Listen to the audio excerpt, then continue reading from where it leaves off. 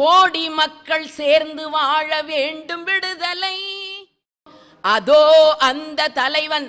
இன்றைக்கும் பலருடைய செல்பேசியிலே வைக்கப்பட்டிருக்கிற பாட்டு அச்சம் என்பது மடமையடா.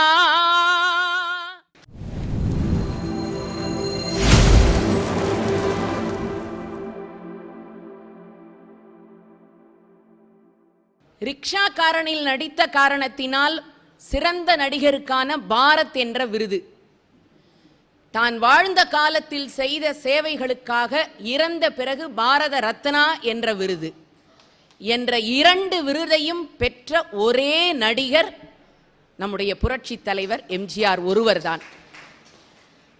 கக்கனை போன்ற உண்மையான தியாகிகளுக்கும் உதவி செய்த காரணத்தினால் கட்சிகளுக்கு அப்பாற்பட்டு எல்லாராலும் பாராட்டப்படுகிற ஒரு அரசியல்வாதி என்று சொன்னால் அது நம் எம்ஜிஆர் மட்டும்தான்.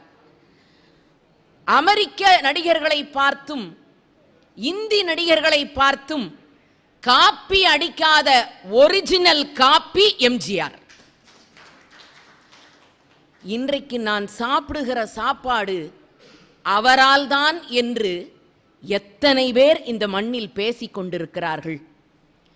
தான் தலைநாளில் சந்தித்த மனிதர்களை எல்லாம் சட்டமன்றத்திலும் அரசியல் களத்திலும் அரசவை கவிஞர்களாகவும் ஆக்கி இறுதி நாள் வரை அந்த நட்பை விடாது பிடித்துக் கொண்டிருந்த ஒரு உத்தம மனிதன் என்று சொன்னால் அது புரட்சி தலைவர் எம்ஜிஆர். இத்தனை பாராட்டுகளையும் தனதாக்கிக் கொண்டிருக்கிற அந்த மாமேதை, அவரோடு தமிழ் திரைப்பட பாடல் ஆசிரியர்கள் கொண்ட உறவு, அதையும் மதுரையிலே வந்து பேசுவது எவ்வளவு பொருத்தம். யாரிலே தொடங்குவது என்று நான் யோசித்த பொழுது யாரில் தொடங்குவேன்? கவியரசு கண்ணதாசன். அவருக்கும் எம்ஜிஆருக்கும் இருந்த நட்பு இன்னைக்கெல்லாம் நாம சொல்றோம். டைட்டில் சாங்னா அதுக்கு ஒரு மியூசிக்கு, அதை தாண்டி தீம் மியூசிக்கு. அதாவது பாட்டு ஒன்று கிடைக்கலங்கிறத புரிஞ்சுக்கிட்டோம். பாட்டு எழுதுறதுக்கு இன்னைக்கு எந்த கவிஞர்களுக்கு திறமை இல்லை.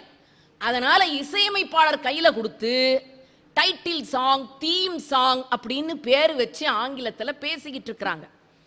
ஆனால் உண்மையில் டைட்டில் சாங், தீம் மியூசிக் என்று திரை உலகத்தில் அறிமுகப்படுத்தப்பட்டது எம்ஜிஆர் அவர்களுக்காக கவிஞர் கண்ணதாசன் எழுதிய பாட்டு. இன்றைக்கும் பலருடைய செல்பேசியிலே வைக்கப்பட்டிருக்கிற பாட்டு அச்சம் என்பது மடமையடா. இந்த படம் நாடோடி மன்னன், எம்ஜிஆர் அவர்களுடைய தயாரிப்பு, எம்ஜிஆர் அவர்களுடைய அற்புதமான இயக்கத்திலே உருவான படைப்பு. இந்த படம் வெளியாகி அது வெற்றி படமாக உயர்ந்து நின்று இந்திய வரலாற்றிலேயே இன்றைக்கு இருக்கிற நம்முடைய ரயில் நிலையம், மதுரை ரயில் நிலையம் இருக்கிறது அல்லவா, அங்கிருந்து தொடங்கி தமுக்கம் மைதானம் வரை இந்த படத்தினுடைய வெற்றியை கொண்டாடுவதற்காக 4 குதிரைகள் பூட்டப்பட்ட சேரட் வண்டியில் புரட்சி தலைவரை அமர வைத்து 2 பக்கங்களிலும் மக்கள் வெள்ளமாக நின்று அழைத்து வந்த சிறப்பு ஒரு தமிழ் திரைப்படத்திலே நடித்த தலைவனுக்கு கிடைத்தது என்று சொன்னால் அது அந்த பாட்டு மக்கள் மனதில் அவ்வளவு ஆழமாக பதிந்திருந்தது. அத்தனை சிறப்பு பொருந்திய அந்த பாடல். இதெல்லாம் ஒரு பக்கங்க.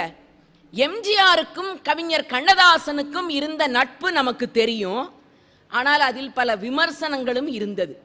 2 பேருக்கும் கருத்து வேறுபாடுகளும் அதிகமாக இருந்தது.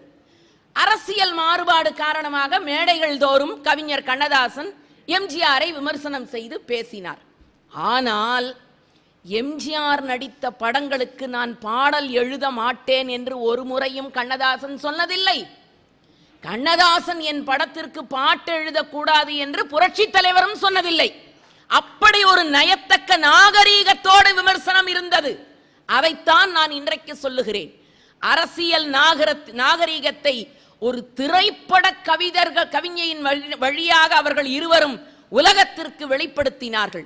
அதனாலதான் 1000ல் ஒருவன் படம், படத்தோட கிளைமேக்ஸுக்கு முன்னால பொக்க வேண்டிய பாட்டு யார் யாரோ பாட்டு எழுதுறாங்க. ஆனா எம்ஜிஆருக்கு மட்டும் அவர் மனசுக்கு ஏற்றுக்கொண்டதால் தான் அந்த பாட்டையே அவர்கள் அந்த படத்தில் இணைப்பார்கள். பாட்டை முதல்ல எழுதி தலைவர்கிட்ட கொடுத்துடணும். அவர் படிச்சு பார்த்து பொருத்தமா இருக்கு, சிறப்பாக இருந்ததுன்னா தான் ஏற்றுக்கொள்வார். யாராரோ எழுதி கொடுக்குறாங்க, புரட்சி தலைவர் ஒத்துக்கல. கடைசியா கண்ணதாசன் கிட்ட கொண்டு போய் கொடுக்குறாங்க, அவர் எழுதி தருகிறார். விமர்சனங்களின் உச்சமும் வேறுபாடுகளும் இருவருக்கும் இடையில் அவ்வளவு இருந்தாலும் கூட இந்த பாட்டினுடைய ஆழம், அடிமைப்பட்டு கிடக்கிற ஒரு சமுதாயம் தலை நிமிர வேண்டும் என்பதற்காக எழுதப்பட்ட பாட்டு.